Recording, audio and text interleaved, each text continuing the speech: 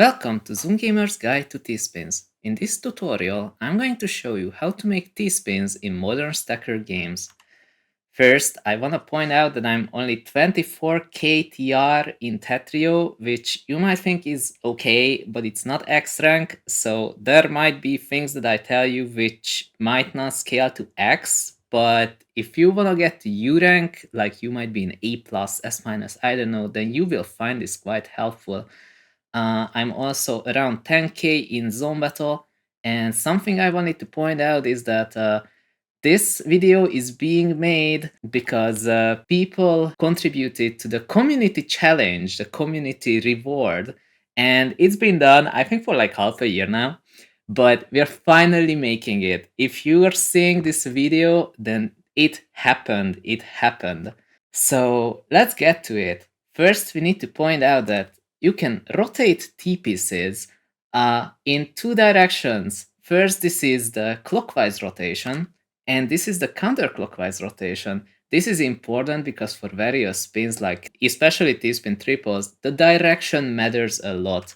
In fact, we should take note of the fact that even for other pieces, whether you're rotating the piece left or right matters a lot. In these specific scenarios, like this Z-spin, this S-spin, this specific Z-spin, this J-spin, this L-spin, or these I-spins, the rotation direction matters, and these are all totally viable ways to spin your pieces into the board. In this specific case, we can see the Z piece that we can rotate left, as in counterclockwise. You soft drop it here, and then you rotate counterclockwise again, and it shifts in there. So if you didn't know this pin, this is actually super helpful. In fact, I think people use it pretty much all the time. If this thing here, however, is too high, then this direction becomes inverted. And in that case, you need to rotate right, as in rotate clockwise, soft drop here, and then rotate clockwise again. With S-spins, it's the exact same as for the Z, except the direction is completely inverted. So in this case, where you were using rotate left for the Z piece, you use rotate right for the S spin, and you rotate right again.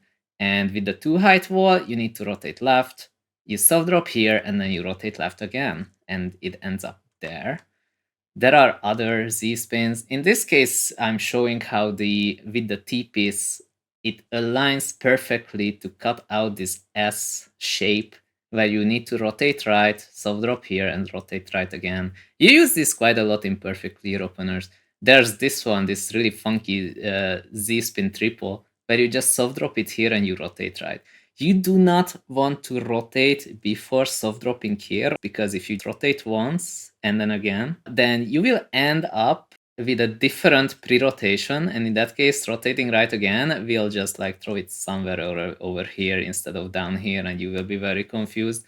In this case, we can soft drop this S piece here, rotate it left, then we rotate left again, and we rotate left again, and it ends up down there. It's actually the exact same spin as this one, but it's really funky.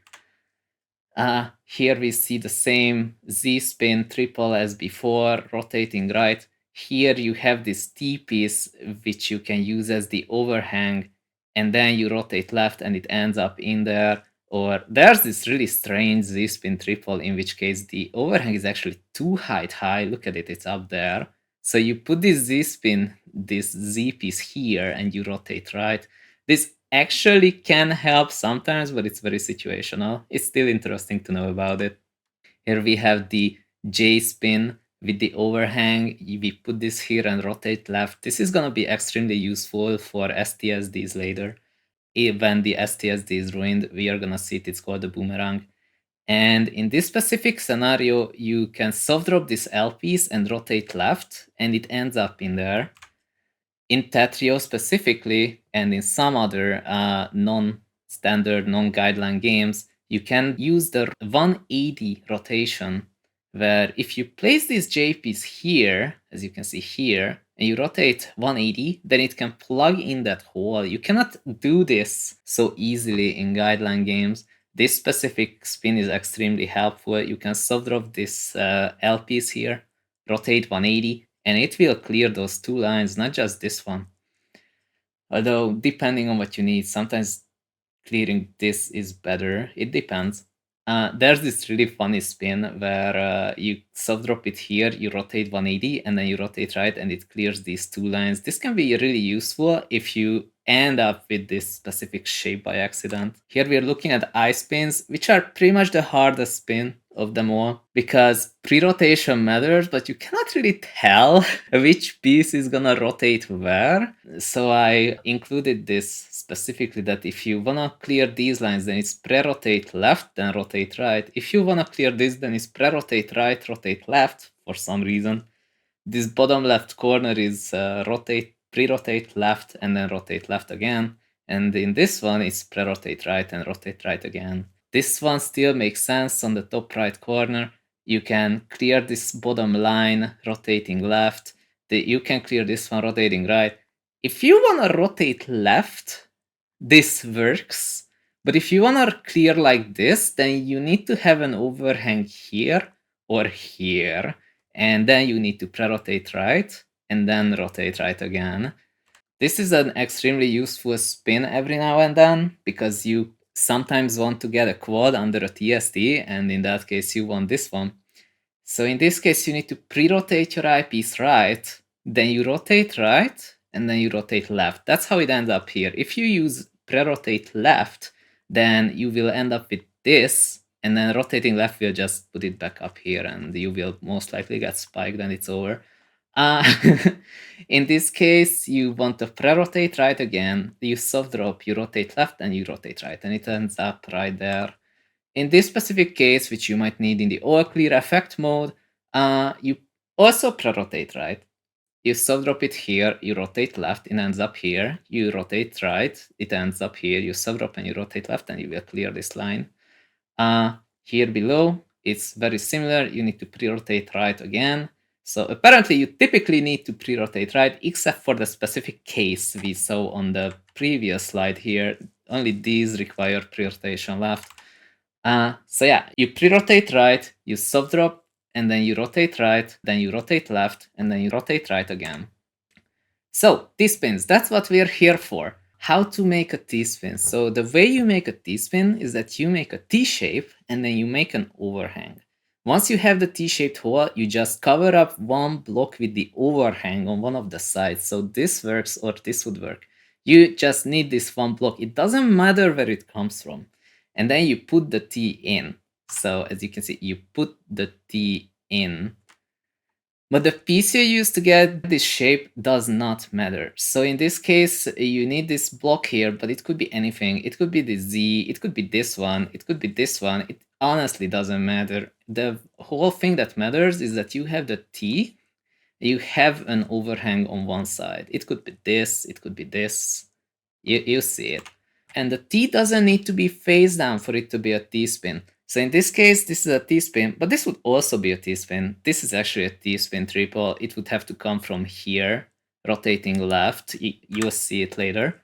And in this specific case, this is an Imperial Cross, and the T-spin double is actually sideways. It cuts out another T-spin shape here.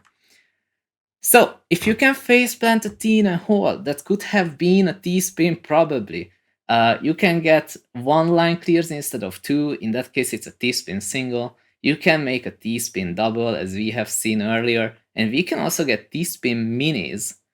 So for example, next to the wall, if you have it here and then you rotate left, then it becomes a T-spin mini single, which can be useful to clear lines while keeping back to back. With some effort, you can put that T in there no matter what, probably. So if you have the overhang, you can put the T in there. Look at this horizontal shape of a T where you get 3 lines with it instead of just 2. Here's the same kick, which clears a T-spin double, but it also cuts out another T-spin double shape. Or here's this really funky one called the FinTSD with this 2-length overhang, which is susceptible to gravity. So in this one case, you sometimes need to press the button quickly, but it can be useful as a last measure if you really need some damage from somewhere, and this is your only option. It can help, it can be useful. I swear some of this stuff shouldn't even work probably. Yeah, so if you look at this, there's this overhang to put the T here, but thanks to the fin-like rotation here, we can also rotate right here and it ends up in this shape here. This is called a BT cannon, invented by TCM Beta. In Tetrio, you can place the T here and then you 180, and then you will get a 180 T-spin single.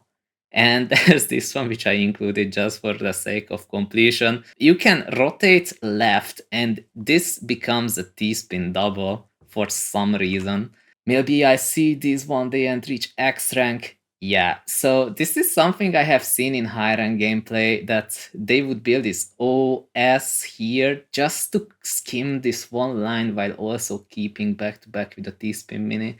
This shape is free T-spin doubles. This is also free T-spin doubles. This is also free T-spin doubles, although this does not actually come up that often because overhang based T-spins are less preferred than the others, but it can still be useful to see it if it's there. There's this one.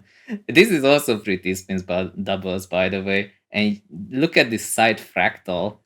Something that the high ranks always do is these floating T-spins. It's always so funky how you can like get this T-spin double, this T-spin double, and then this quad, and this sends 20 lines. One day we'll find a use for these, but it's been years.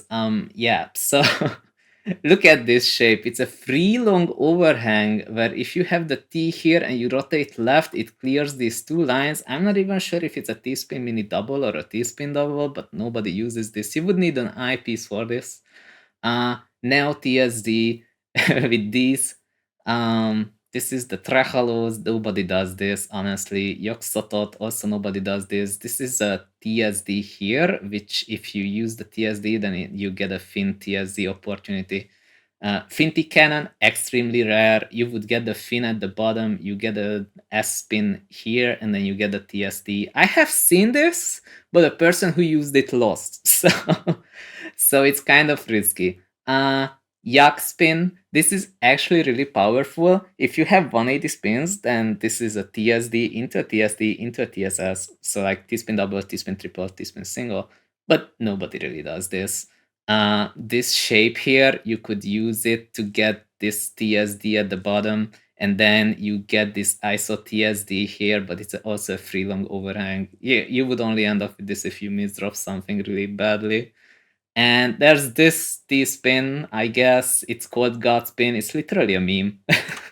So yeah, what do you need T-spins for? What is their purpose? So you can send more garbage to your opponent. As you know, the quad sends 4, a triple sends 2, and the double sends 1, and combo varies greatly between games. But with a T-spin single sends 2 lines, a T-spin double sends 4, and a T-spin triple sends 6. And it helps you downstack better. It helps you preserve back-to-back. They look really cool. Honestly, that's why I started learning them in the first place. And most of the time, a T-spin can be cancelled into a free white combo, so you can still survive even if you mess up. So here is 5x A-rank gameplay. We get 1 quad and a triple. It sent like 4 lines, I think. There was another quad. There's no T-spins here. It's single, single, single, okay? So it's single, double, single. If you check, we have barely sent like 1 line. It's already been 2 minutes. It's been 2 minutes. So this might be what your gameplay is like in A rank. You don't send attacks, you don't really build quads, you're stuck up at the top of the board, but the down stack is kind of slow. But you're getting down because your opponent also isn't sending any garbage, so you can do whatever you want. And eventually, after almost 4 minutes in, as you can see, you send some combos, you manage to downstack, and here we will send 7 lines due to margin time and a lucky downstack. 4 minutes in, we sent 15 lines. So if you think about it, the board is 20 line height. So if you have 15 APM, then you would need almost 2 minutes with your opponent doing nothing to top them out, okay?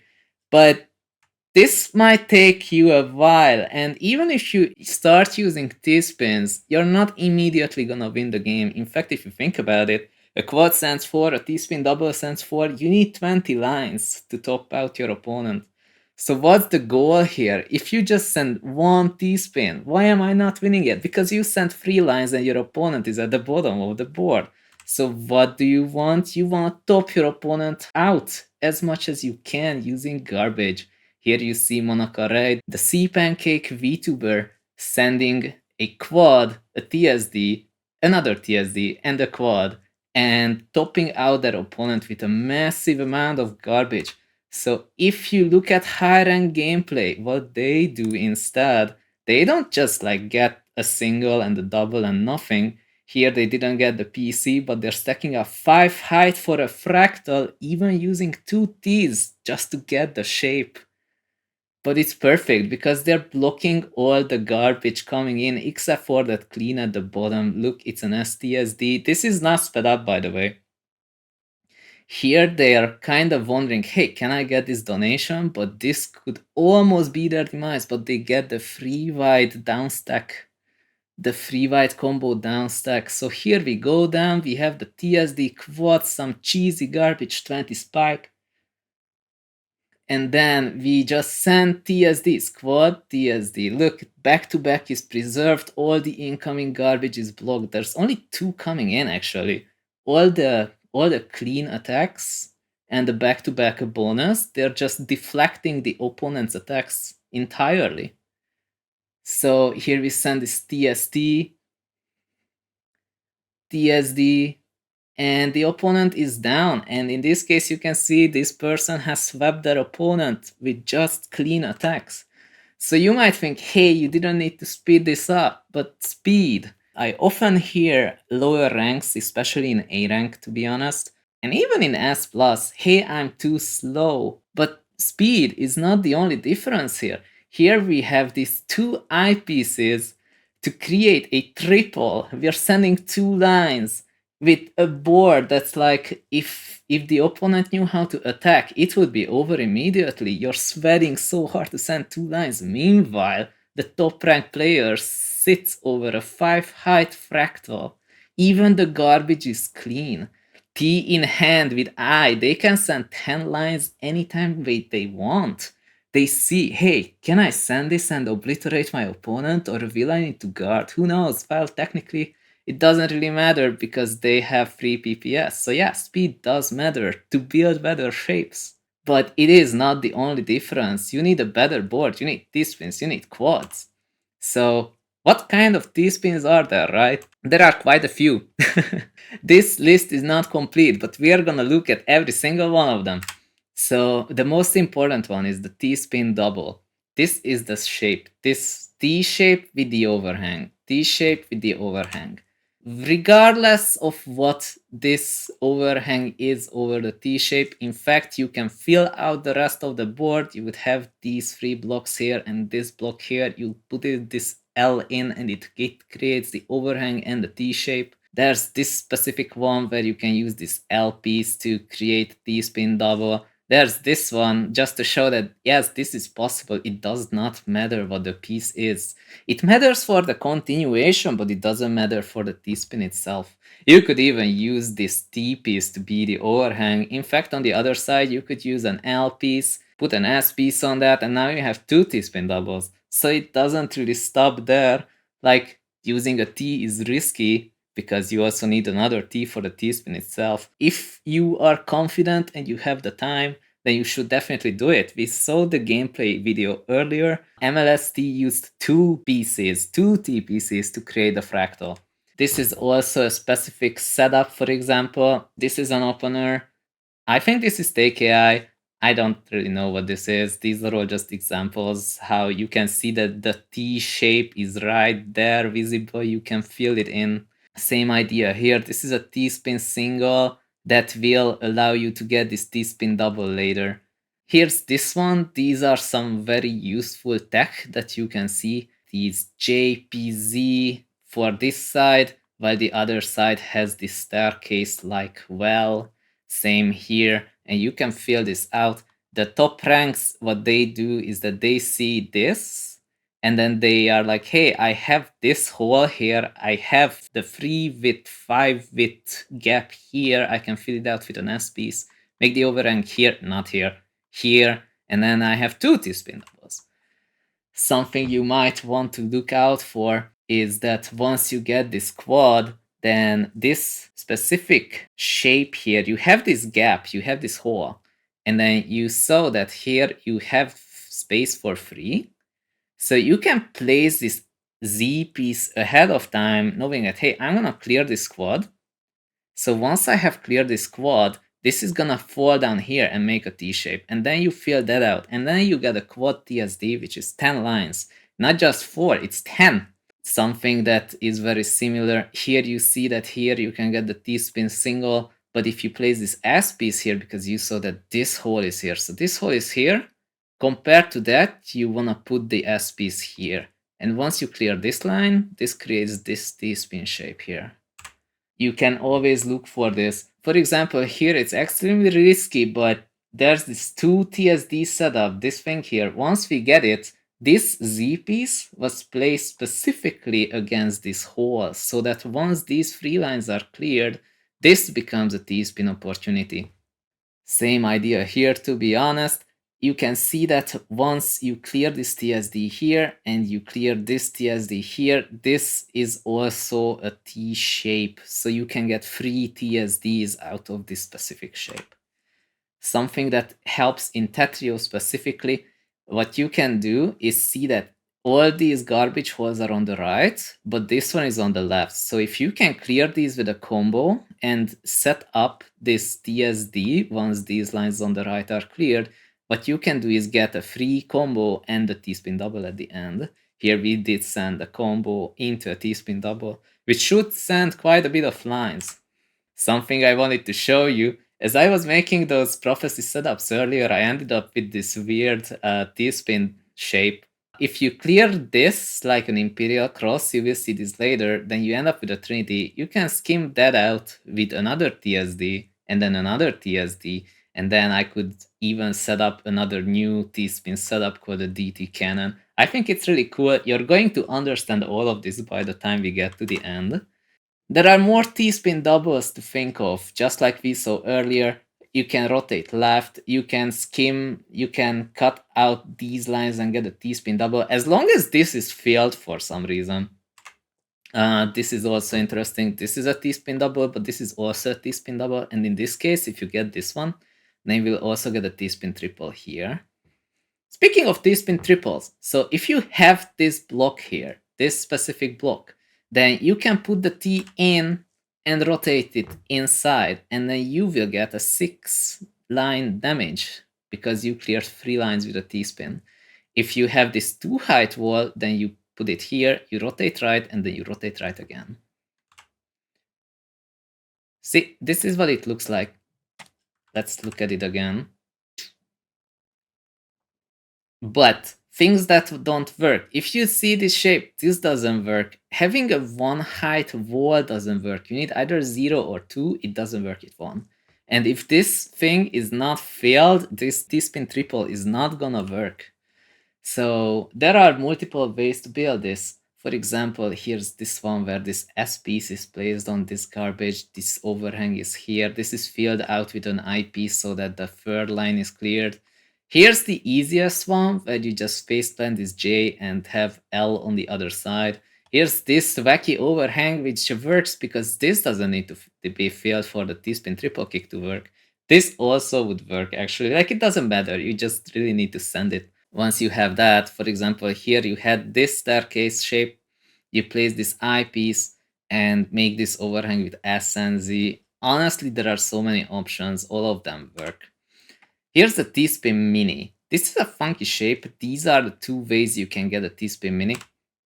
So in this case, you rotate right and you clear this 1 line, and it does count as a T-spin. Like, it doesn't count as a full T-spin, it doesn't send 2 lines, but it does preserve your back-to-back, which can be helpful to boost your quads.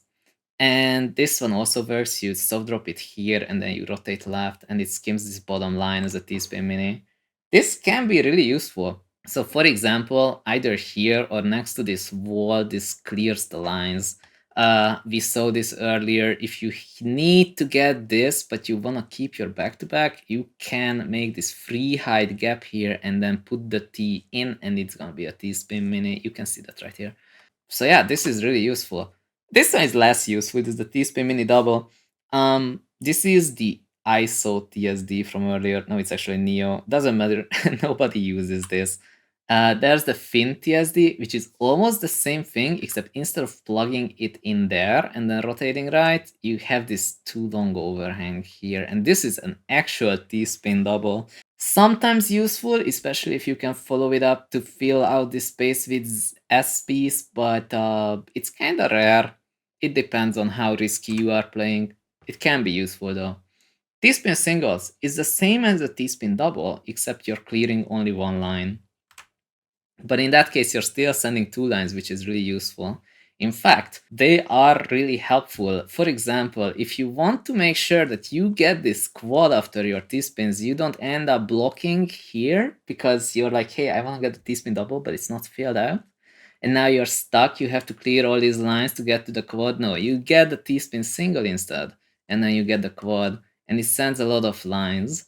So if you don't want to block the valve with the facing down T, a T-spin single can be useful. If you don't really want to send 4 lines, because in Tetrium specifically, they will just counter spike you with it. No, you send 2 lines instead, just to like throw your opponent, throw them off. And in this case, you would have a 4 height valve for a quad instead of ending up with like a T-spin double into a triple, which breaks your back-to-back. It's much more stronger to get the TSS into a quad.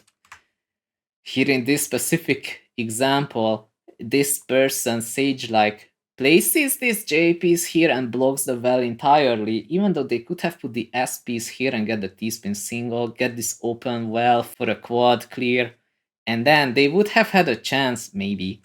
So in this specific case, we can see that if we get this TSD-like setup, we will block the valve. We don't want that. We will get the TSS. But on top of that, we have this nice side effect that these two things are aligned.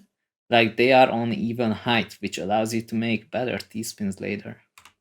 So 180 TSS. If you place your T here and then you rotate 180, it will clear that one line. And this could potentially be followed up with an I piece and an overhang here and get a TST. I don't really see this. People are just excited to get the 180 T-spin single in the first place, but it can be useful. Here's the 180 T-spin triple. If you really messed up the side of your T-spin triple, well, don't fret. As long as you put this hole here, this is necessary, then you can 180 and rotate right, and then it is still a T-spin triple. Combined T-spins. There are many of them. Basically, you're getting 2 or more T-spins out of a specific shape. There are some that are considered greedy, some cleaner than others, and some are so situational you barely ever see them. And everything that it has at least 3 T-spins is considered greedy because you need 3 Ts, but because of the 7 bag, that means that you will have 2 nearby, especially if you have one on hold. But for the third one, you might need to cycle pieces, and while you're cycling and stacking up, you might be vulnerable. So higher ranks make sure that they don't put the T piece into their stack most of the time if they are building something that requires 2 or more T-spins. Nonetheless, we are going to look at all the shapes. This is my personal favorite, the STSD. As you can see, you place this T here, you rotate left, and then you rotate left again, and it clears a T-spin double, which sends 4 lines, and then you follow this up with another T-spin, and therefore it's like 2 quads. It should be 10 lines, I believe. It might be 12. But either way, it's really effective. You're only clearing 4 lines for 10 damage. It's amazing. And it's, in my opinion, fairly easy to build, especially when you have a free wide gap. You place this J, you make the overhang on the other side, and boom, you have it. It can work with some specific cases. I don't think I build it like this, but if you see it, you might go for it. Here's one where you're face planting the J again. You know that you need 4 height here, so you get the I, and then you just place the overhang. Not a Z piece, it would ruin it. Um, well, it depends. If this is in the side well, then it just wouldn't fit the T in there, but it doesn't matter. Here we have this J piece on this garbage well. It's really helpful to do this actually, because if it's on garbage and it cannot be ruined, we are gonna see this later, and this Z is used as the overhang from here. Here we have this I piece, and this S piece is placed on it, and then the overhang from the other side. Another one that can be helpful is that there's this long gap, I guess, with this 2x2 box, and this side is covered up, not this side is covered up, and the overhang is made. And then this is also an STSD. This is one that's basically an opener. X-Strengths hate this opener because it's risky. If you get garbage here, it's over. As you can see, if there's garbage here, then you need to use a J spin instead of a T spin, because the T piece is just gonna fall down. It's not gonna work. So you need this J piece, and then you get the T spin opportunity still. Kinda risky, but it can be really helpful and life-saving. So it's not over yet, but you need to pay attention. Like whenever I have an STSD, I'm like, hey, will I need this J piece if there's incoming garbage? And there's supposedly a 1 out of 10 chance, but then in the worst case scenarios, you end up with the garbage right here anyway. This is an interesting thing you can do. It's extremely greedy to do it, but this specific Z piece, L piece, this I and this L, this can be followed up again and again, and you end up with this weird snake-like structure, each of them being 2 T-spins. So this is 2 T-spins, this is 2 T-spins, this is 2 T-spins. Obviously, you don't have this many T's. In fact, even in this case, I ended up with 4 of them in the stack. That's extremely risky. You don't want to do that. But it looks really cool, and sometimes it can be helpful, especially considering that when you have the STSDs, so like the third T-spin, it can be cancelled with a boomerang. But the way it looks is that you have the T here, you rotate left, soft drop, you rotate right, soft drop, and it ends up in there as a T-spin. Look at it.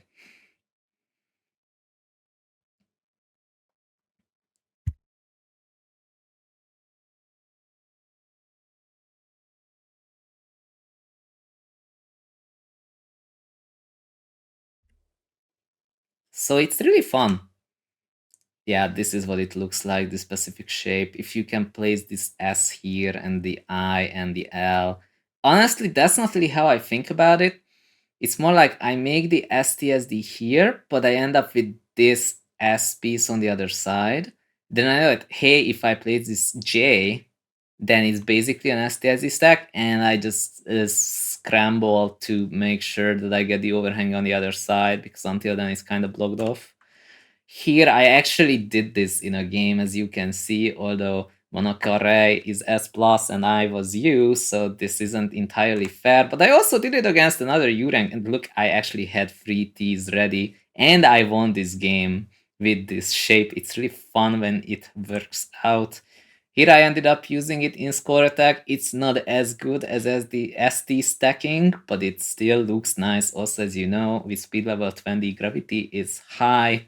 So it's tricky, but sometimes you just like, hey, the opportunity is here, so you just go for it anyway. Here we can see VinceHD was getting his 20 TSD badge in 4D line using STSD stacking. It's an amazing video. That's where I learned it from originally. It's really cool. The STSD, I added this just for the sake of completion. You can get this horizontal T-spin double as long as this block is here, and it doesn't matter if this part is filled out at all. Imperial Cross, this is really useful. This is really useful tech, especially in this case, because here it will uncover the well.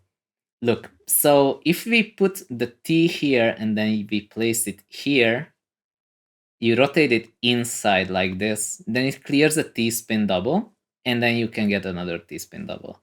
And if you have this specific garbage block here, as you can see in the bottom left, then rotating it into the left, it unblocks this well, and you can still get this T-spin double shape. There are many ways to make an Imperial Cross. Honestly, you just want to have a T-spin double-like shape on one side, you make another from the other side, and you make an overhang. That's practically how you do it. So even in this case, you had the T-spin double per se, but you also add this J, and then you add the overhang, and then you can rotate the T to the left, and then you can get this other T-spin on the right. So there are many ways to make this. If you're really risky, you can even use this T piece here. I don't really do that because then you need to cycle a lot for the next two T pieces, but sometimes it could be helpful. Look, in this case, I do have the Imperial Cross set up here, and I'm clearing this. It unfortunately uncovers a triple, not a quad, but it's fine. I do have another T in place for the next TSD. Something I tend to do a lot is that if there's this extremely jagged board, I go for this JL on these sides and the overhang, and then I try to get a spike out of this otherwise terribly downstackable board. In this specific case, you can see that you have this ZL shape, very similar to the STSD stacking, to be honest. And once you get the Imperial Cross in here, you can follow up with the SJ on the other side, and that's also an Imperial Cross. So this can be chained. I don't think I see people do that much, but Imperial Crosses in general, I have seen Kabuzo use it many times, many times. And another interesting thing is that if you have this specific Imperial Cross, you might end up with the ability to stack on the other side on the right and make a C-spin, which is technically just a T-spin triple, which collapses into a T-spin double, and you would get this quad at the bottom. So think about it, that's how much damage again? I think that's like 18 lines at least, if not 20. It should actually be more than 20, it's 22 at least. Yeah, it's pretty good. So this is a possible follow-up, but it's greedy. I needed to place all these pieces. So if you cannot do that, it might be risky to do an Imperial Cross over a well, but still, it is a possible follow-up. Here we have the cut copy. We have multiple shapes called the cut copy, but this is the first one. And it is extremely popular, especially in higher ranks. It looks kind of scary at first until you realize that the way it works is that you get this T-spin double, and if you skim it out, then you get another T-spin double, and that's exactly how it's built. So like, if you have this TSD and you see this hole, then you're like, okay, I'm gonna clear these two lines, so I will have a hole here to make the T shape as these lines are clear. And once you have this hole, just make sure on the other side that, hey, there's the overhang. So that's basically it. You have the overhang already for this TSD, right? So in reality, what you want to pay attention to is that this hole has a corresponding hole over here for a T shape. There are many ways to build this, but that's the general idea. Even if it looks scary, like in this specific case, we have this L, S, J setup, but here we made all these steps to make sure that this hole is here. That's the one thing you need to care about, because here you see that once the lines are cleared, this can collapse into another TSD. There's this one, which is less useful, to be honest. In this case, if we threw this Z piece in, then it skims out a cut copy shape. Here's one where if we somehow end up with this shape, then we can use this L piece to skim out a TSD again. Here's another cut copy shape. It is also called cut copy, but it has nothing to do with the other one. But it's also two TSDs. So there are multiple ways to make this as well. But what's kind of interesting is how you place this L piece here and make the TSD on the other side. And you also make sure there's a line here for the TSD, but also another block here for the overhang of the bottom T, right? So this is a specific shape. I don't see it much, but Doremy uses it a lot. So in this specific case, we can see that at 2 minutes 5 seconds, Doremy places this horizontal L to make this cut copy shape on the right. And in 1.5 seconds it's done, and it's done for 2 Ts. Doremy actually has the 2 Ts in hand and has incoming garbage anyway, which Doremy will block using this shape. We can see Blaarg doing this as well, having this cover, this eyepiece, which is then used to make another TSD here, and also stacks here so that this T-spin will also have a overhang. Something to look out for though, you might have this T, you might have the overhang, but if you block this specific column, then it's over, it's not gonna work. You need to make sure that this is empty and the overhang is here, like this hole is here, and that the overhang is only on this column, but not this column. See, like not in the center. If it's on the center, if you were to use this J piece, it's not gonna work. This can be stacked multiple times on top of it, but as with always, anything that has 3 T-spins or more in it is extremely risky. Although, obviously, that shouldn't stop you. It depends, right? So here's another card copy. I have only seen extremely high ranks use this because this specific structure is needed, this SSZ. It uncovers this T-spin here, and the rest of the Z-spin is used for this TSD on the right. I have seen Nuve do this. As you can see, this is skimmed out and the T is removed, and then this T-spin here becomes available. Here we have Guess do this in less than 3 seconds with 4 PPS. It's the exact same structure if you look at it. We have this O here as the overhang, this SZ like this, creating one shape while also creating the other shape here. Once this TSD is removed, this can also be removed.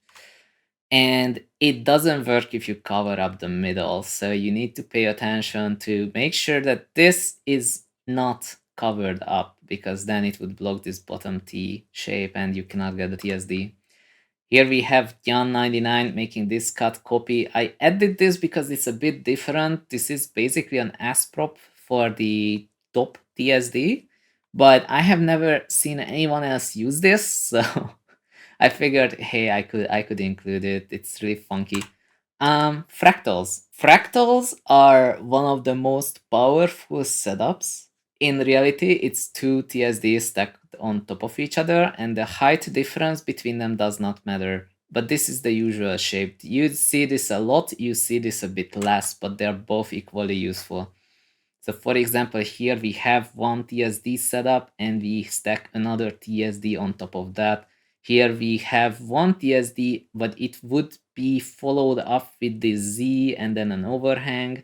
That's practically how LST stacking works. It's basically called fractal stacking if you think about it otherwise, which is an effective way to use your T pieces as attacks. So the way it looks really is that once you have this T shape, you stack another T shape over it. Same idea here. This is also the same idea, and in this specific case, it's really nice because we have this free wide gap, and when you see a free wide gap like this, you're like, oh, okay, I can put the S piece here, and I do have the space for an overhang on the other side. So here we place this S piece here, and you put the overhang here. I only had a T, so I placed that, but it's still really useful. As you can see, this is like a free TSD fractal now, but the quad well is open.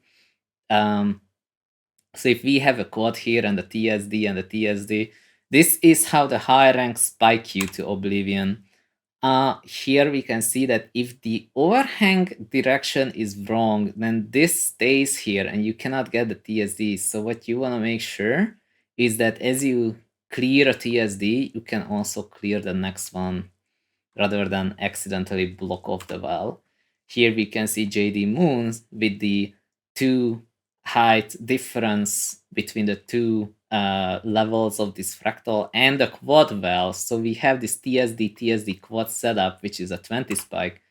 Here I'm showing how you can have this stairwell, place this Z piece here and the S on the other side, and that basically gives you the fractal shape. It's really useful.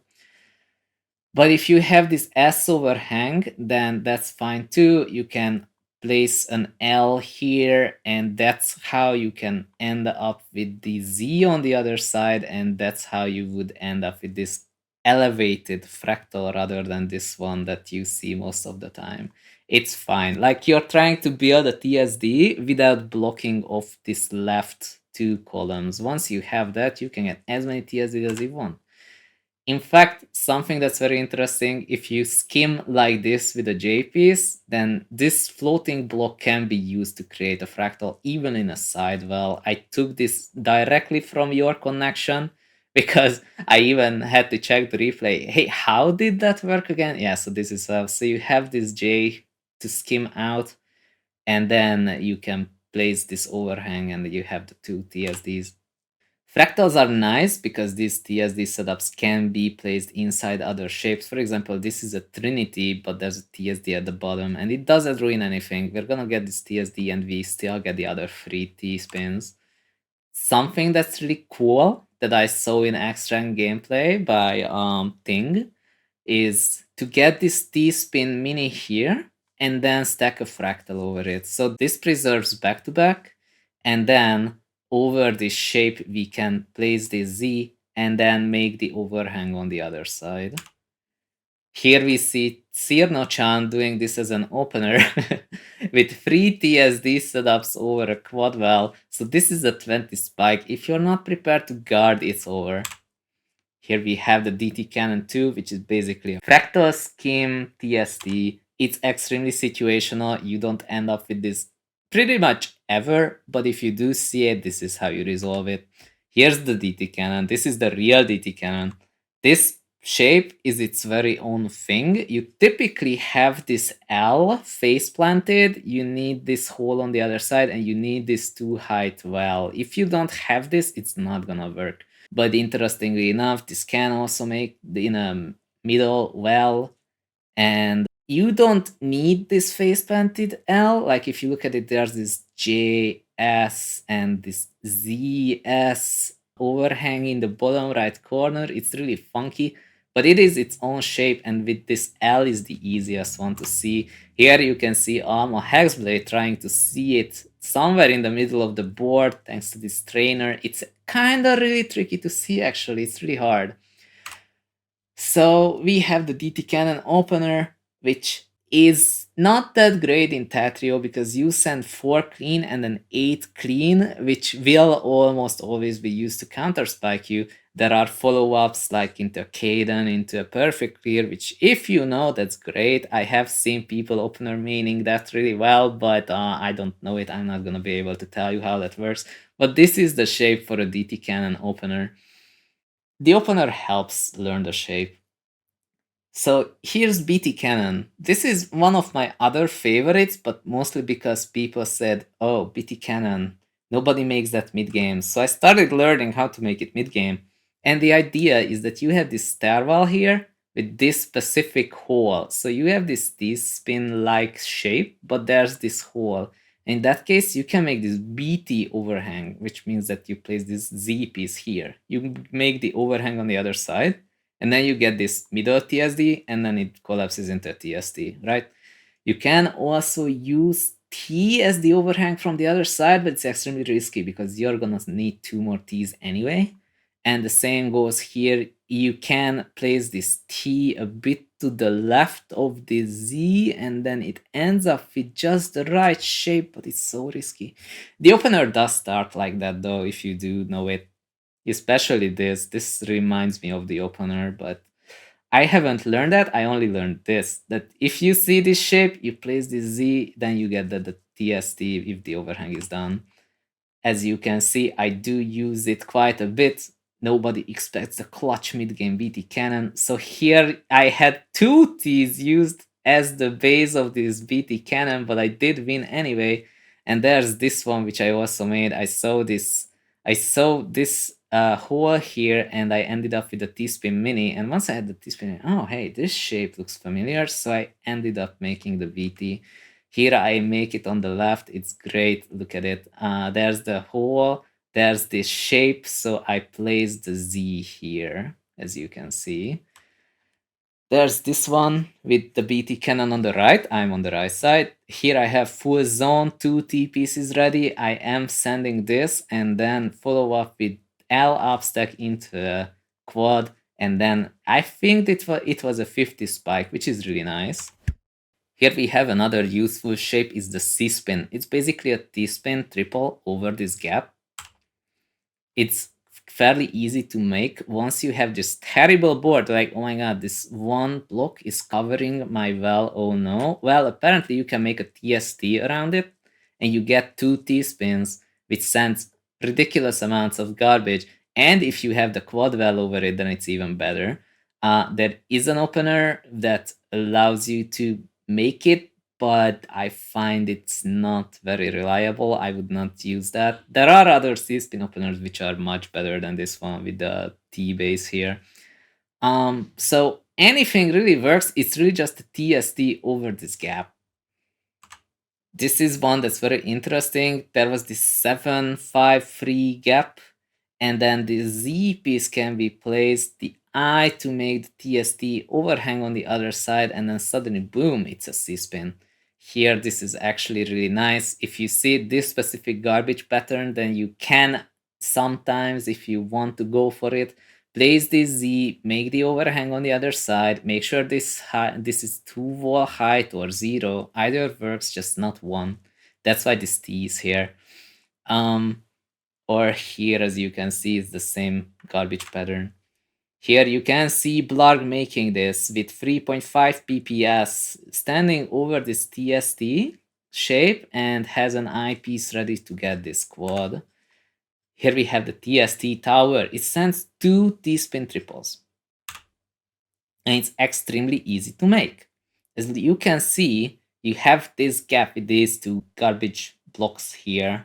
If you have this, then you can place this S piece, then you put this L piece on it, and then it's actually done. That's it. You just need to have this one block here at the end.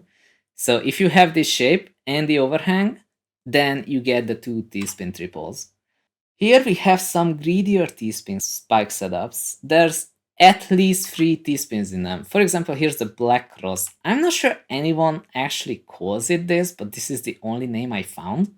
This is an Imperial Cross with an overhang. So what you do is that you skim the top with a T-spin double, and then you get the Imperial Cross as usual. Here's the Trinity. This is one of my favorites, mostly because you end up with this from STSD stacking anyway, especially the left one. The right one is kind of shady, but it still works. So what you do is that you get this T-spin double, and then you get the STSD, right? But if it's ruined, like for example here, you cannot get the STSD, there's a hole here, then what you can do instead with this top left Trinity, not the bottom left, but the top left Trinity, you can rotate it up first to get the T-spin mini, and then you get the C-spin afterwards. This is a funky shape, right? Like for example, you have this I piece, this J, and this S piece to make the T-spin. Well, apparently you put another one on it, and then the overhang on the other side. Basically, it's STSD stacking, but it's really cool. This is another way to do it. If you end up with this, then this can even be followed up with a DT cannon, but I don't think anyone really makes it, because even in this case, I have 2 Ts in the stack. Extremely risky if you need 3 here. But I still make it anyway. You just need to be confident. So if you look at this one, I have 2 Ts ready and the Trinity setup, but here's the 3rd T in the bag. It's great. Here's another one. Here I was building a lower rank, but I do have 2 T pieces ready. I have the L and J here, which I will use to downstack this and get the quad instead. And my opponent was Korean stacking, so basically they were vulnerable to something like a 20 spike, which this was. Here we have me fighting a fairly high rank player. It doesn't look like it from the pieces per second, but just trust me, it's because they were waiting for my attack. But still, I do have the T pieces ready. I have a 3rd one coming up, and then there's this clean garbage well here. If we can use it as a combo, that's gonna be great. Here we have Blaarg, as in Blaarg, with a Trinity setup right here in the grand final set of 2. in Tetrium Cup 7, this is definitely a Trinity setup. So if someone tells you, hey, don't use this, it's too greedy, just think about the fact that if you have 3.3 PPS, or honestly even 2, to be honest, it depends on what your rank you are, but as long as you're confident, you're not like, oh no, I'm not gonna build this, and then you wait for like 5 seconds just to get spiked and it's over. It's better if you build it, and the worst case scenario, you just combo downstack it rather than like not make it. As you can see, you can definitely make a Trinity in this game, and Blaarg did win this round even with this setup here. So, King Crimson. King Crimson is great, especially in Tetris Effect Connected, but some people greed a lot for it. It's exactly the same shape as a TST tower, except this thing here is a hole, not a block. You place the exact same S plus L pieces and the overhang on the other side. You end up with this TST and an STSD at the bottom. As you can see, you can also stack this over garbage wells. So if you have this TST here and you get the STSD, then you can get a quad underneath, which is insane amount of damage.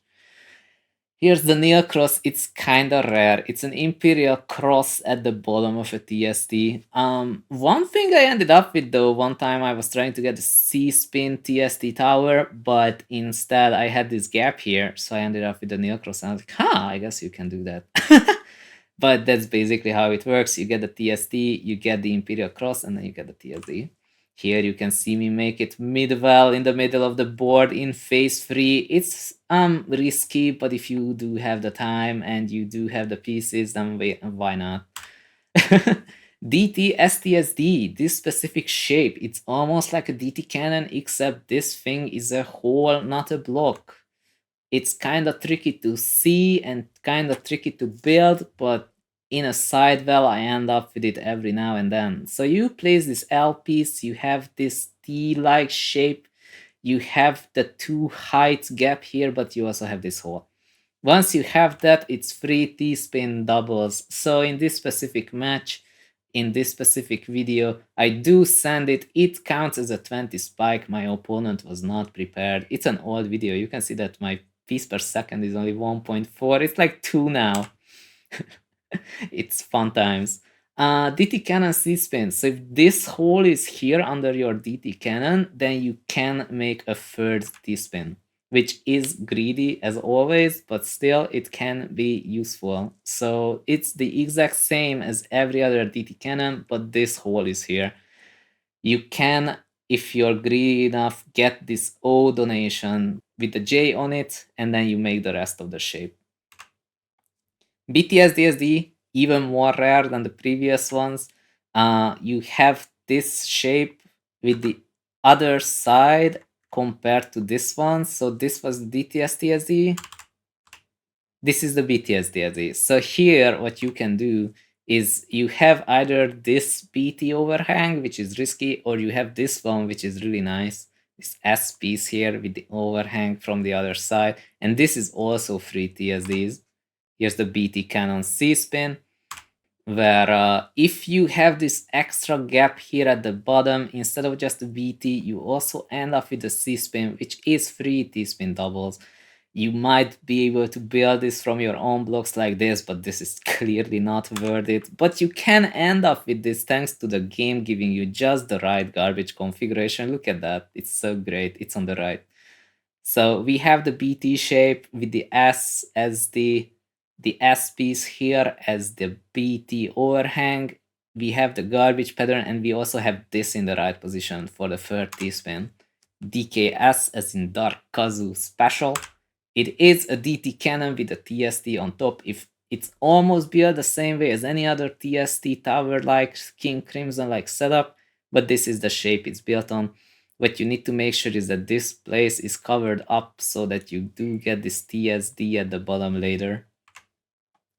Here's the STSD BT cannon. This extremely wacky shape, to be honest. So if you have this hole and this STSD, then you can make this longer overhang on the other side and basically prophesize that if you cut out this TSD just like this, then you end up with a BT cannon. I have done this mid game. I think I won this game, but mostly because of my opponent's confusion. He was like, "What are you doing?" And then it's like it was a pretty big spike. Impel down. This is an interesting one because I don't think I see anyone make this. In fact, you might even call it E-spin because it looks like an E letter, but nobody calls it impel down and nobody calls it E-spin. So honestly, whichever you prefer at this point, it's basically an Imperial Cross over TSD setup. So once you get the Imperial Cross, you get a fractal out of it. Now here's some even more uncommon greedy T-spin setups that are fun to look at anyway. You might not end up with anything of this sort in any of your games. I only made this once by accident in Tetris 99, definitely not Versus. So you have the BT overhang, you have a fractal in the middle, and you do get 4 T-spins out of it. Here's this one, the STSD BTC, where if you got just the right garbage, and you already were greedy enough to get the STSD BT, now you get a C-spin as well. Look at it.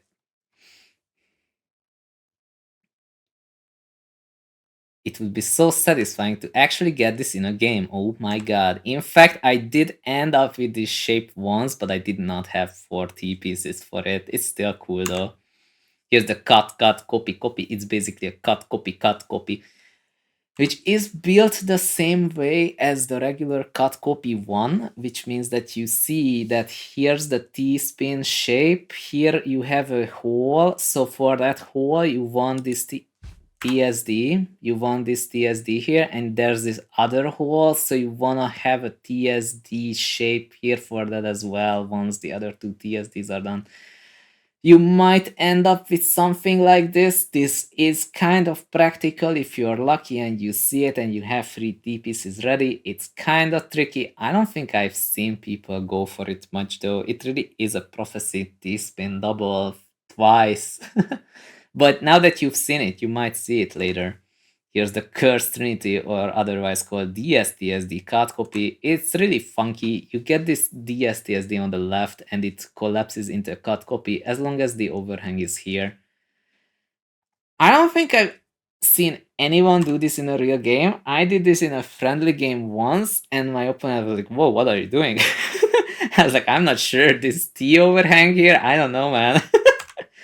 Xquadrille was working on this with the Cursed Trinity stacking into an STSD stack. Quite fun, but it used 2 T pieces, one at the bottom, one at the top, so it's clearly not very useful in actual games. Here's one of my favorites. It was like Chaotic Poly asking me, "Hey Zone, is there a CBT cannon? You know, like Capybara Therapy?"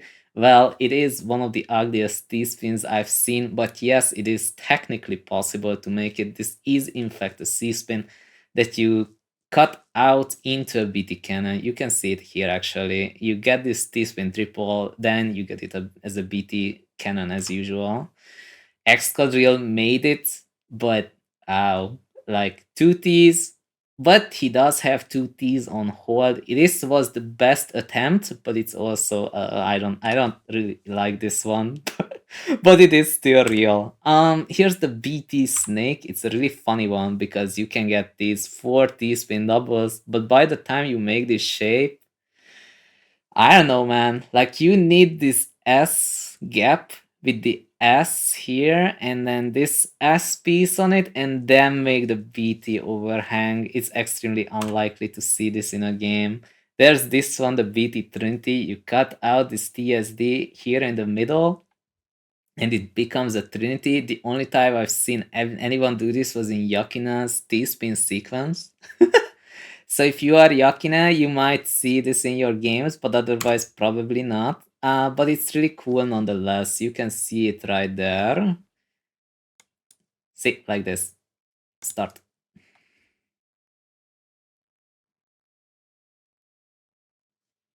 Yeah, so like this. Here we have the DTBT. We're getting to extremely cryptic domains here. Like you can see that you can skim things out. You get a BT. It looks like this. I don't think I've seen anyone make this. Like you don't see impel down, and this is very similar. You need the right garbage at the bottom. Like by the time you make this, you probably have already sent something smaller. BT DT. I honestly look at this and think, I think this is a duck. I don't know if you see it, but the way it works is that you skim out the BT like TSD and you get the DT cannon after. This thing can be chained. I don't think anyone can actually chain this, but it is theoretically possible. So as you can see, you can skim out all these T-spins and they are all T-spins. It's nice. Here's this funny shape, which was originally registered as a TSD mini triple, but if you get the TSS instead, then you get an STSD afterwards. Here's one as a potential upgrade to this, where you get the TSS STSD and it collapses into a BTSTSD. So if you really have a lot of T pieces in your hand, then this is something you can do. Look at it. So like you get this TSS at the bottom and then it's 4 more T-spins from there. This is fun. This was given to me by Xquadrille saying, hey, I found this as a Gamushiro continuation. And I was like, oh my god, what is this? So it's a 180 spin Imperial cross King Crimson, and we do have a reference here how you resolve it. See, 180 Imperial cross Trinity actually. It looks like a King Crimson when it ends up as a Trinity. Here's one that we found as we were making this guide, Impel Down BT. You have all the things in the right place, then oh my god, you can skim out that fractal BT cannon. Let's go. I think this is impressive. If anyone builds this mid game, I don't know what I'm gonna do, but it's so cool. Here we have this BT, STSD, BTC. We are just adding letters at this point. But as you can see, you get the BT in the middle, you get the STSD, and it becomes a BTC. Let's go. Dude, I love these so much. I don't think we're gonna ever see these in actual games, but if you think about it, it's really impressive. Like, if you wanted to build this yourself, even with the garbage configuration at the bottom, you waste so many pieces. You're not gonna have the teeth to do it. Here's one more. I think this might be the last one. Impel Down BTC, which if you skim out that fractal in the middle, you do get the BTC at the very end. I think this was 6. No, it's still just 5 T-spins. It's fine. If you were to make this yourself, I have skimmed so much to do it. You don't, but you can try this at home. Don't try this in a game, probably. Some other interesting T-spins. I promise these are actually useful. Here we have Willy Devino make this shape. It's TSS TSD. So instead of getting this TSD at the bottom, if you get the TSS, then you can follow it up immediately with a TSD. And this can help you a lot. Here's this really funny one where, hey, this kick is still here, it's fine. So you get this TSD, like it's still a jagged board, but you don't need to give up just because your C-spin was not working. Here we have the single double, also called Fish, as Dice Streaming calls it.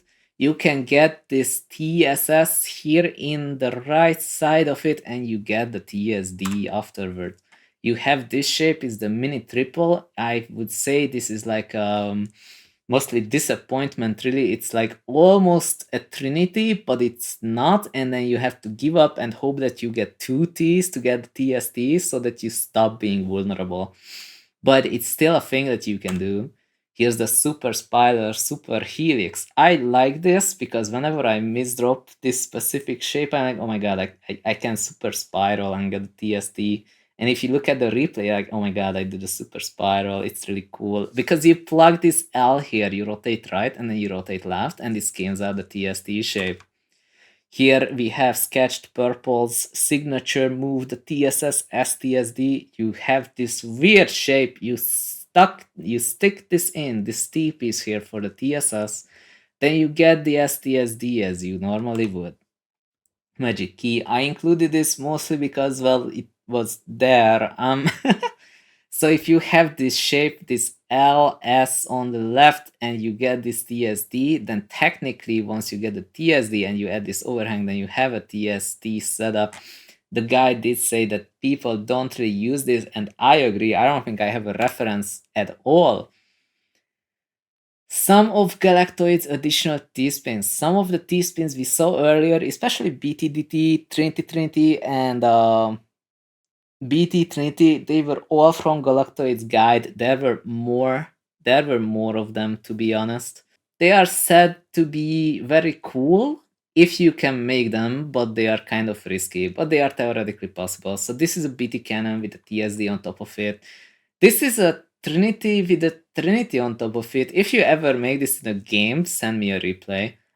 Here you have BTC with a Trinity on top of it, but you really do need this blue block here. I don't think you're ever gonna make this shape, but it's still really nice.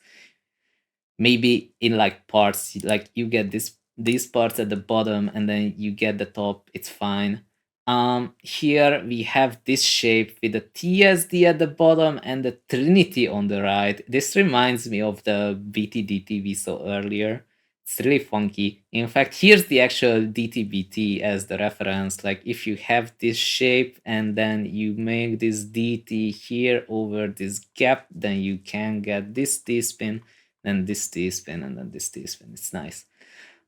We have this fractal-like setup where you can get this in the middle, and then it becomes the Trinity, second type Trinity. So that's useful. I'm not sure what this is. Yeah, so these are all things that you might end up with, and you can get T-spins out of them. Here's a really funny video from Doremy's T-spin dance. I promised that everything here will be useful. I'm not sure about this one, but I think it's really fascinating because due to the upward spin, the T-spin, the T piece gets pushed up. As you can see, it goes down and then it goes up. I love it. Donations. So what people mean as a donation is that when you block the garbage well to make a T-spin elsewhere, but as you make the T-spin, you uncover the piece you blocked the well with. So when you do this, you preserve your back-to-back, and you can do more damage because you send more T-spins, and you typically get a quad immediately after, so it's really useful. So you don't need skimming after. If you did a clean donation, then that means you did not need to skim afterwards. Something that people don't talk much about, but it's still a thing, quad donation is when you have a quad over your well somewhere else. Like you had this well, it's a triple, I know, but I'm gonna fill it out anyway. But I stacked up this quad over it, and then as I clear the quad on the right, it uncovers this well. Once I make sure that once this is filled, I'm gonna get this well on the left. So yeah, that's a quad donation, but what about T-spin donations? There are quite a few of them, and they're all really, really useful. So for example, here's the Kaidan, also called the stairwell. So if you have this staircase-like thing, you place the Z piece here, you somehow get the overhang for the T-spin double on the other side. It can be anything as long as you have the staircase-like shape. It could even be this garbage here, and this here would be also a J. So that's also Kaidan. The only thing that matters is that when you have the stairwell, you block it with this Z piece. As you can see, this is exactly what I mentioned. You have this small staircase here, you place the Z on the other side, and the J builds up the rest of the T-spin. Another thing that's possible is that you have this S piece here, this is the Kaidan, and then on the other side, another S piece makes the rest of the TSD. This is yet again at the bottom of the board, a Z place for a Kaidan and an O for a donation. And the funny thing about this is you can do this anywhere on the side well. So if you have quads ready and you have this Kaidan, then instead of sending 10 lines, now you can send 20, which is amazing if you think about it. You literally doubled your offensive attack power just by applying this technique. It's really powerful, especially if you use 9-0 a lot. If you do this, you suddenly turn your 10 clean garbage into lethal spikes. Amazing. Here's a really funny one, which I added just for the sake of completion. If you skim out the bottom with this L piece, then here you can make a BT cannon. This can also be done if this is not all the way to the end, and this T can be placed here on the right. I did do this in a game, by the way, and actually won it.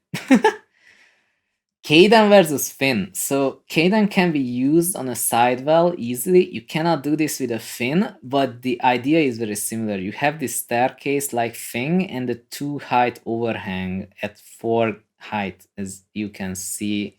With words, it's more complicated than it looks. So you have this staircase-like thing, and on top of it, you have the Finn overhang. You place the T here, you rotate right, and then it gets the TSD. It's very similar to a Caden. I actually saw Finn first and Caden second. I was like, oh, I can do a Finn here. I guess that's practically a Caden. That's how I saw it originally. But Cadens do unblock the gap, which makes it nice. What people tend to do at higher ranks, instead of getting the Finn, they just get an overhang here and an eyepiece here for a TST. This is one of the most important setups among the donations. All the high ranks use this all the time. So here you have a free wide gap, then you can place a Z, an S piece on one side, and you make a TSD on the other side. And if you do this, you get a floating TSD. You can technically put the Z piece here and anything works on the other side as long as you get the STMV. And the interesting thing here is that this can be done floating. So here you see that there was this 3 gap with 5 gap, then the Z piece could be placed here, overhang on the other side, and it's a floating TSD. What is below it honestly doesn't matter because you're not blocking the well here on this side, and you don't need this for the T-spin itself. So here are some other possible ways to make it. Here's one that's very similar to the previous one, but here we have the 3 gap, 5 gap with the Z on this side and then cover the top to make the overhang. This can be with an L, with an I, it really doesn't matter. All the high ranks do it, look at it. So here if we have this T-spin, then here we had the 3 gap, 5 gap, right?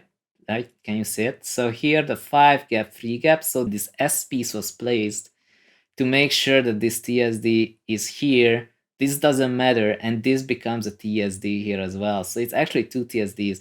Here we have Doremy do the same thing. Here's a TSD set up over a quad well, and then it's followed up with the 3 gap, 5 gap here.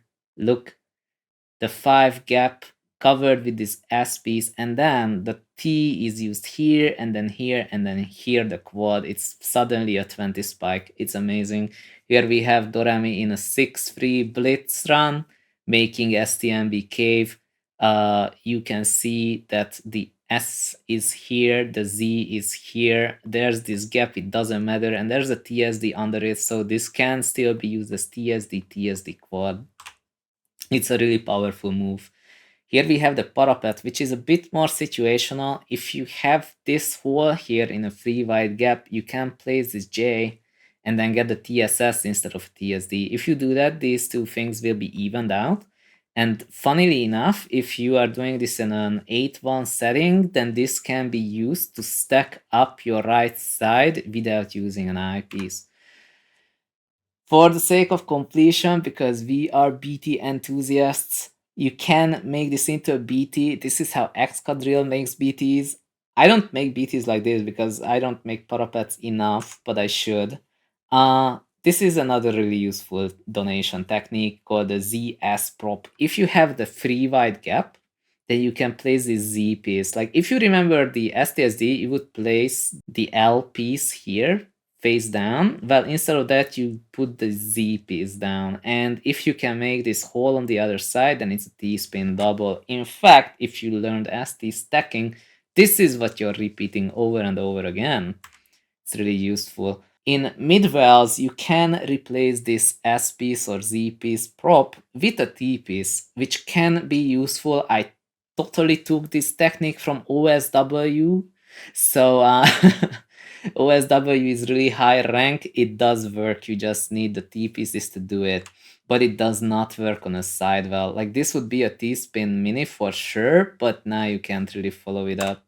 Now here's one of the things that is extremely useful, okay? Like all of these have been useful, but you see this in openers all the time because of just how useful it is. This is called the hamburger TSS. And if you get this T-spin single here, then you end up with this specific shape here, with these 2x2 blocks here next to this gap, okay? So basically you get this, either of these works, and it ends up with this. And if you look at it closely, then if you use an S piece here, then it would be an S prop. But even if you don't, you can put an O here and get the quad. But there are so many ways to follow it up. And on top of that, if you have this thing not on a side well, then you can place this L piece as a follow-up for this hamburger TSS, and that's called a Shachiku train. If you get this TSD here, then you end up with this gap, and for this gap you can also place another overhang, and you, in this specific case, you would get the TSS and then the quad. It's great. If you look at this specific scenario, then you can see that the hamburger TSS is followed with the Shachiku, and the Shachiku allows you to place this prophecy TSD setup on this side. So this is basically a cut copy, but it's pushed to the left. So this is really cool. In fact, Blaarg specifically, I said in stream that Shachiku moment, and Blaarg says, this might be my favorite T-spin setup. It has never failed me. Look, it's exactly the same. So you have this O-like gap, S, Z, L placement, and then has the Z piece here on hold to follow up this TSD with another TSD right here. It's amazing. Now we're gonna look at these one piece donos. This is really useful, the one piece, right? So you have this S piece here. It blocks off the well, but the TSD is ready on the left. This is great because this is not gonna cover your well. This is a really useful technique. ZS donation, that's one thing you can do. There's this J, if specifically the TSD is over here and you need this filled out, then this only blocks 2 lines, which is great because you're gonna uncover 2 with that. Here's this J, other donation, which is basically the parapet. Here's this O donation, which can work in multiple scenarios. LS donation, this is a bit more advanced if you think about it, but this L piece is blocking the well, and this S piece allows you to make the TSD to the left of it. LZ, this is also a potential thing you can do, or IJ, JZ, these are all options. This one is really useful though, the T donation. Like if you can waste a T, I guess it's not really a waste if you have more T's ready and then you get T, TI, and then this is a 20 spike, right? Not a waste anymore. So if you place this here, then you can get the TSD, but if it's not on the side, well, you can also stack over it and get the cut copy.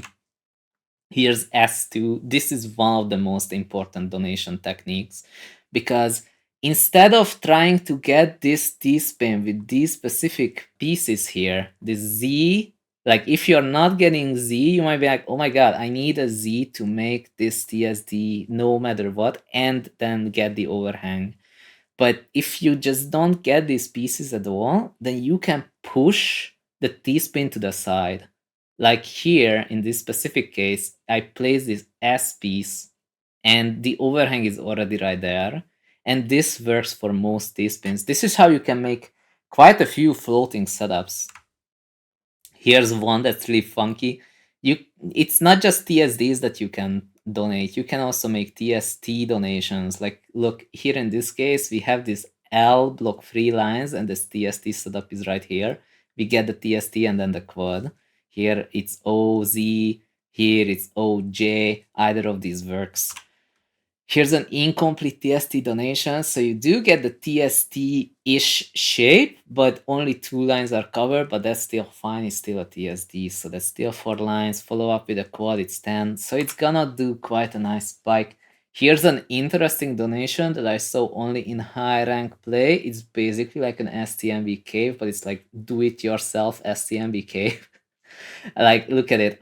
We have this J piece placed here at the bottom and this L at the top, and then it makes this Z gap on the other side. It is still a floating T-spin. It's exactly the same if you look at it as a STMB cave, but with completely different pieces. This is also the same structure. We had this gap here, this 4 long gap actually. You place this L and then you make the TSD on the other side, and you make sure you don't block this side because then it's all over.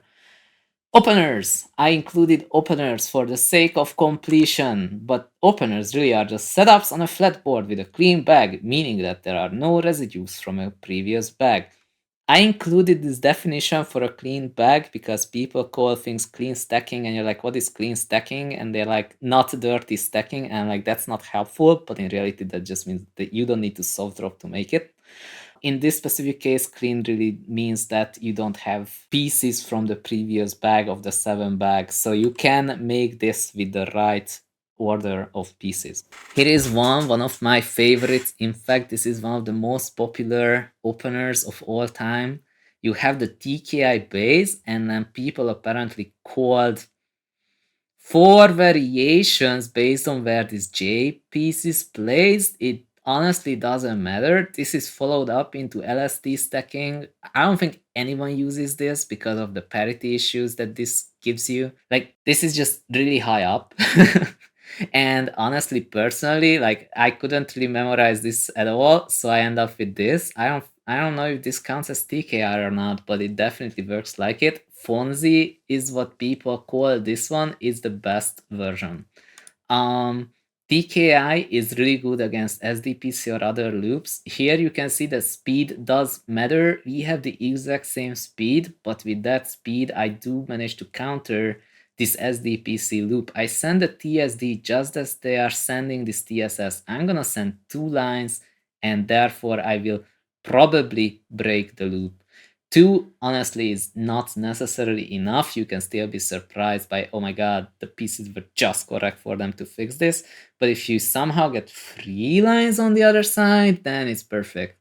But nonetheless, even 2 helps break the loop in most cases. So it really helps to know TKI, and especially if you can do it really fast. But if you're looking at the hard drop wiki about it, then you're gonna be extremely confused. You're like, oh my god, there's all these continuations. What do I do with this? This is extremely confusing. In fact, it says once you memorize all of these steps, you get a perfect clear after 12 lines with a 41.27%.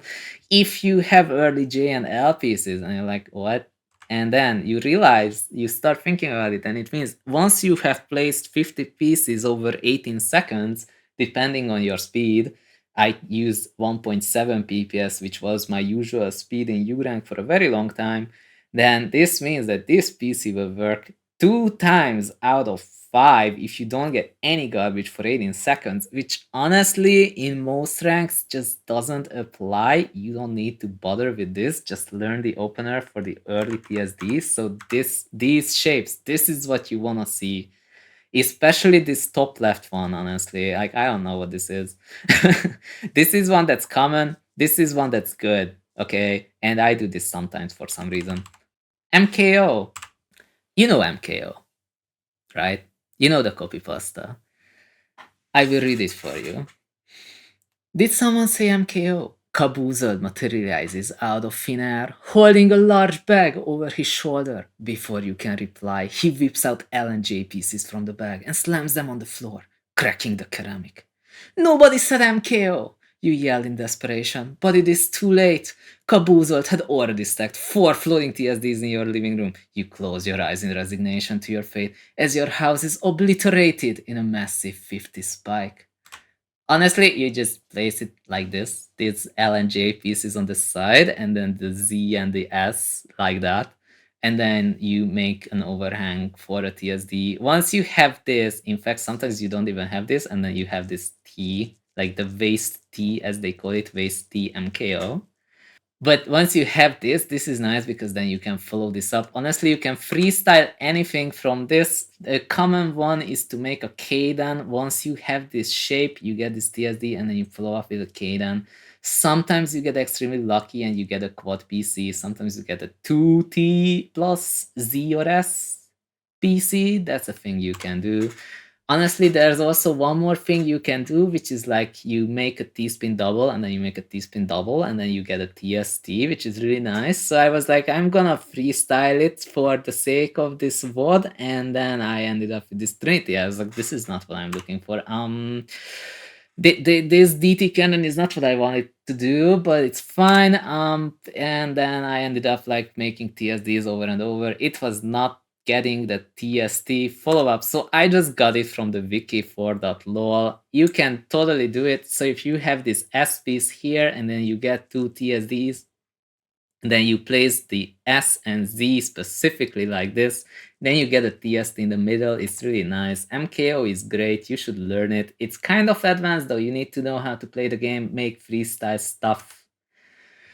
Here's an opener which you don't need to know anything for. It tells you exactly where to place your pieces. You have the hamburger TSS. When you see the T piece on the left, get the TSS like this. You know it's Stqrm. It can't be anything else at that point. So they place this S piece a bit to the right to make this gap for a future C spin. They get this TSD and then you make a C spin. So that's pretty much it. People get a lot of hate for Stqrm. It's like, I don't know, 16 spike or something. So ever since the no lookout update, it's not as good. It relies on the opponent still sending you clean garbage underneath to get the C spin and the quad. Then it's really powerful, but then you pay attention and then you just guard the C spin and then proceed into mid game.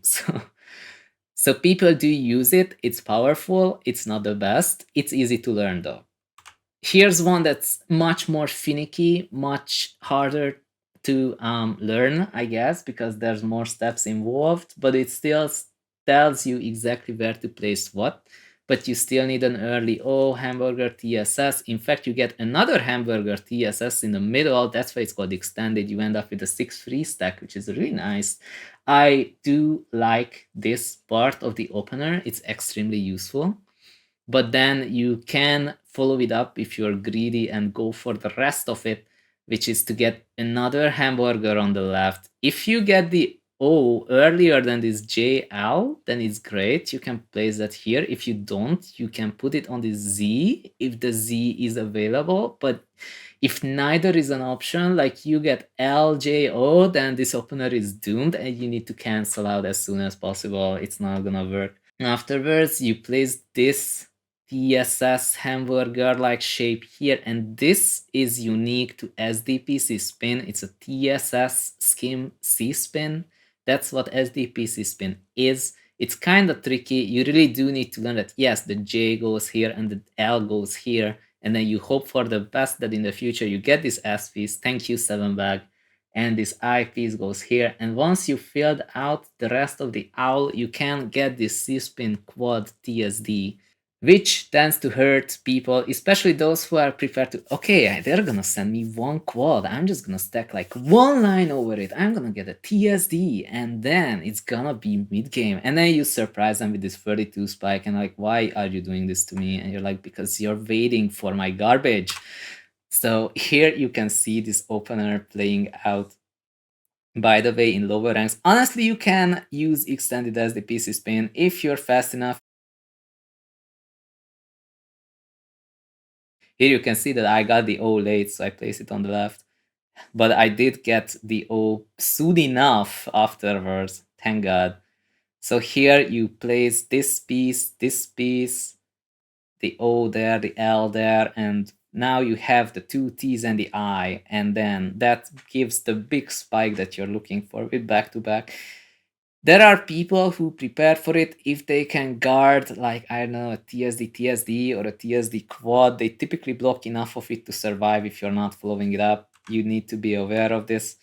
or just use another opener. For example, here's this one that I stopped using, but it's kind of interesting because you have an early T, so you make basically a cadence setup on the other side. You have this L as the overhang, and if you make this specific shape, these two, then if you get J plus L immediately after, then you can get a perfect clear with 4 lines. It's extremely lucky to get it, but I have seen it, as in like it was sent at me and I'm like, oh my god, it's a perfect clear. Here's the DT cannon opener where you have this O placement, this L, S, I, J, Z, T base goes here, and then J and L on the other side. This is quite useful. The rest of it is freestyle for me. There are people who loop it. I don't know the loop. Don't ask me. Here's something that I tend to do. It's a thing that I started doing because I never learned TKI at the start. Honestly, only now I know, oh, this is what they call a Fonzie. Well, good news. Now we actually see this one. I don't know what this is, but it's an early TSD anyway. Here's this one, which is kind of inspired by Gasho TSD earlier. I try to go for it sometimes. I'm not sure what it is, other than that it has decent parity options, and then you kind of start freestyle stacking. Oh my god, it's actually a center free wide. What am I doing? Some very fancy openers I have never used in my entire life, but I have seen other people do it. Aicstpnin. People really like Aicstpnin. It's a hamburger TSS on the right which skims out this floating TST. This TST here, you get this Z placement here, this J for overhang, and then you get the TST in midair, which is really funky. And then people memorize, hey, how to fill out this gap. And then they are like, Hachi PC. And I'm like, okay. Don't get hit by it, try to get some garbage on their board. But other than that, it's a nice, elegant opener. I like to call it elegant. Here's Albatross if you like birds. So like if you end up with this OZS based TSD floating donation, which can, as you have this hole here, you make the TST as a follow-up. The rest of it is basically freestyle. At this point, they're just playing the game for you. Like I don't think you need to know that far ahead. Like just look for the setups.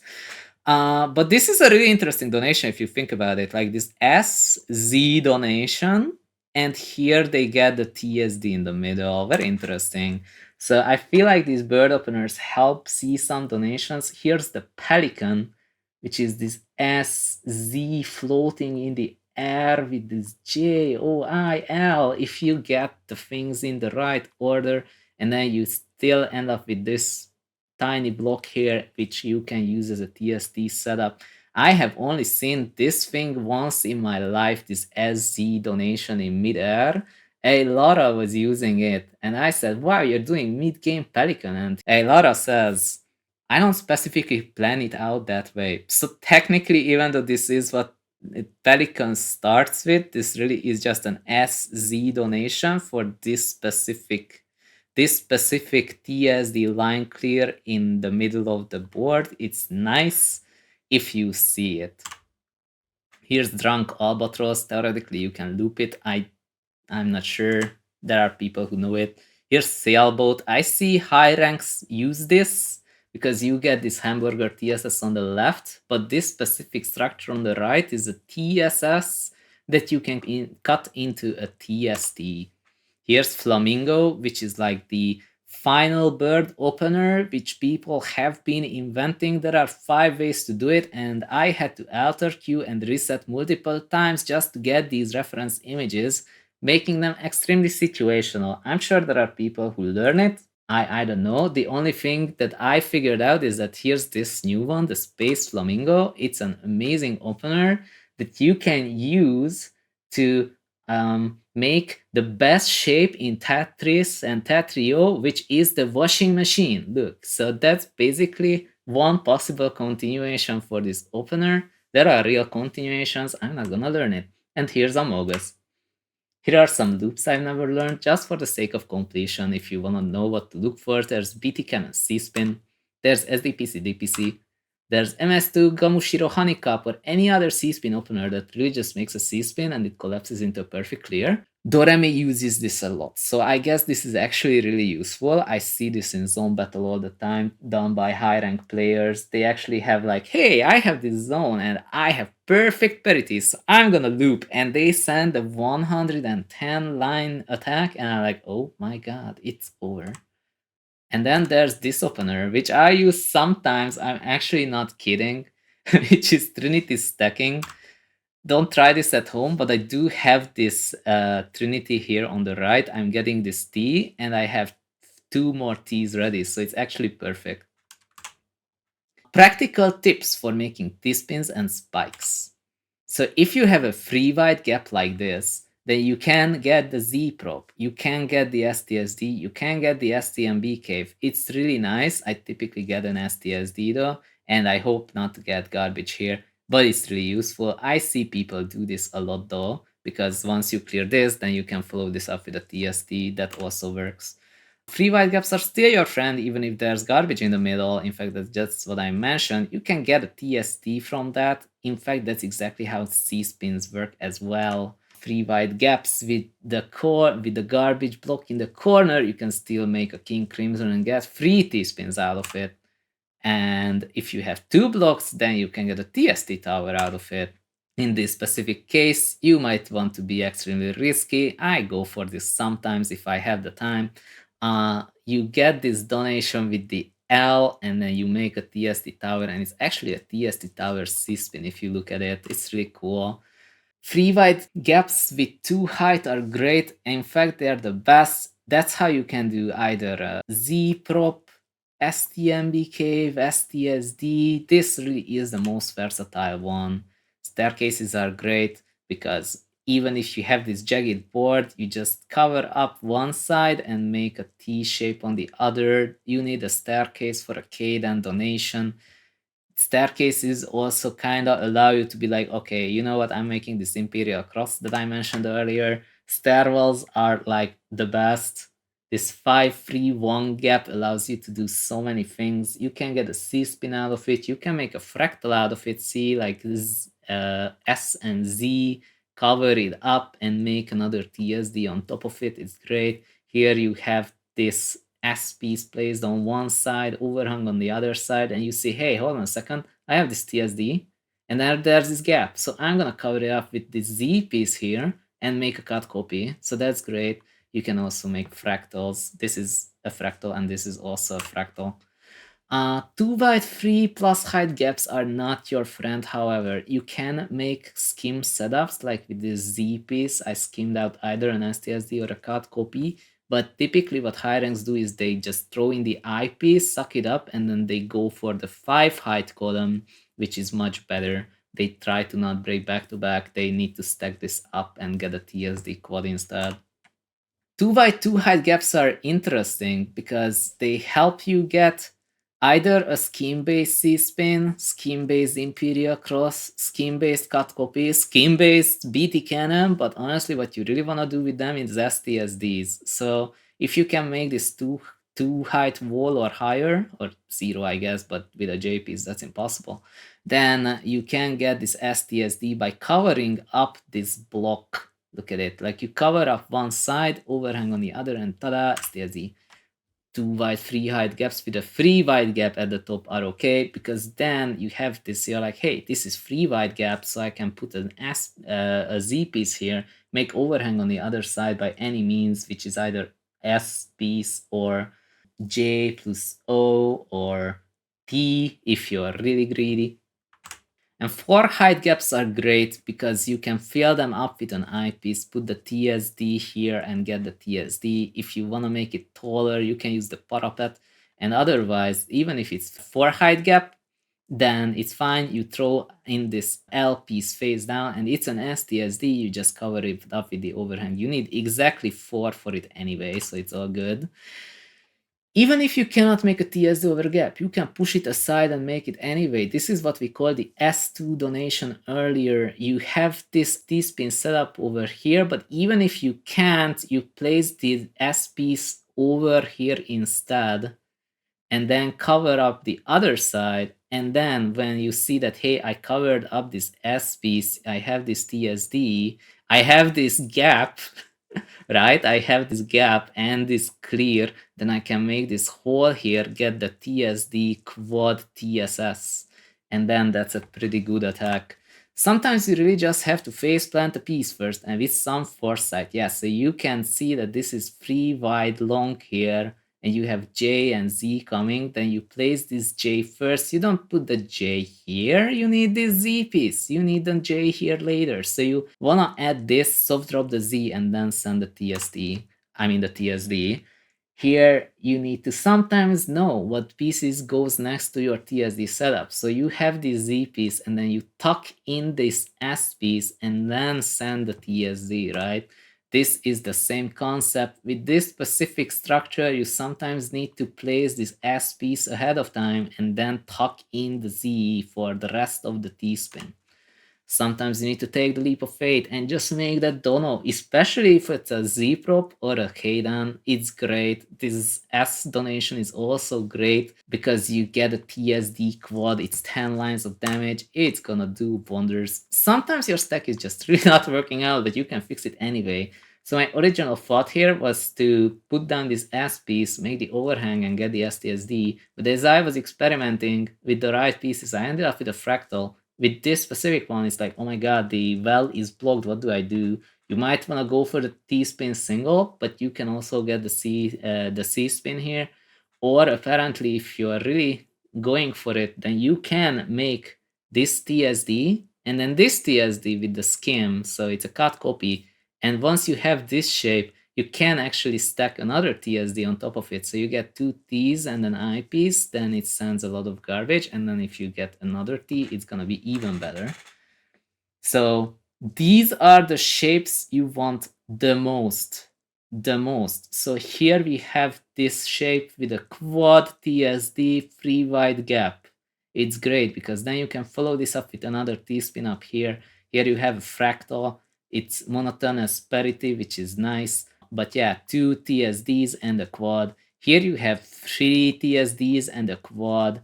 Here you have this side well STSD. So once you throw in one T, then you can get the I piece in here and another T, which is also a 20 spike. This is how you attack in this game. Like if you're not doing this, you're gonna end up with like 10 APM and your matches will be 5 minutes long. But once you know this tech, you send spikes, which can take your opponent out in no time.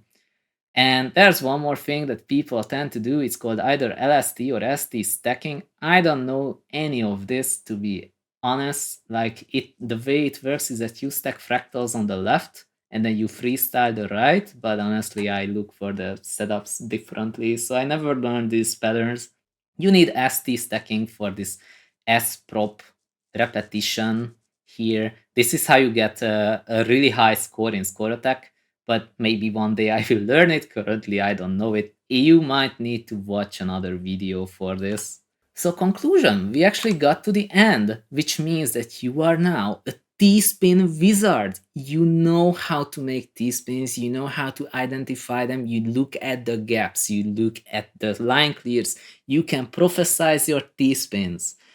So you need to embrace the T-spin singles, the parapet donation, you need to uncover your well with the T-spin singles, send a quad, send 10 lines instead of 3, right? Embrace T-spin doubles, do some wacky shenanigans, like if you see a TSD, DT, BTC spin fin or something of the sort, and it's right there, don't try to be like, oh, I don't know what to do with this. No, send the attack. It's right there and obliterate your opponent with cool spikes. And if you want to get really good, then learn 6-free stacking, I guess. That's what I've been working on ever since I ended up with such a stack thanks to extended SDPC. I don't like using that opener too much, but it still helps with stacking. And honestly, you can cancel at most scenarios and just have a 6-free stack in the first place. You send a quad, you send a TSD, anything works. And make more fractals, although personally I make STSDs the most. More resources. I made all the pictures here with Fourtris. You can look at the hard drop wiki for information. There's the Four.lol website with even more information. This guide was not set out for how to do defense. it was set out for how to do offense, and with offense you can defend, but you cannot go down. So if you want to learn how to go down and down stack, you need to try out Blockfish. It's great. This side is Himitsu Confidential stuff. It lets you practice STSDs, fractals, DT cannons, and C-spins. It's amazing. And this last one, hosted by SVNG, is a T-spin puzzle. Special thanks to everyone from every Tetris and Tetrio and Modern Stacker community who has helped, contributed, created content that either made the game more fun, or I ended up using here, or helped me learn T-spins, or whatever else. A Lara, for example, created so many of the T-spins here. I think most of my T-spin setups are from A Lara. We have Tetrium, Tafo, the original T-spin tutorial that got me here was the T-spin triple tutorial from Tafo. We had Doremy, Gotron, Agar, Gabe Lewis, so many names from Tetris 99, Tetrio, and Tetris Effect connected. It's amazing. You guys do amazing work. So thanks to all the high rank, low rank players and whoever helped, contributed, and nagged me to complete this T-spin tutorial. Special thanks to Shompi for that, and Xka for providing so many resources on, hey, is this possible? Yes, for example, the Yak spin is from Xka. So yeah, thank you so much, and thank you for watching this video, because now you are a T-spin wizard and the T-spin tutorial is over. See you around. Bye.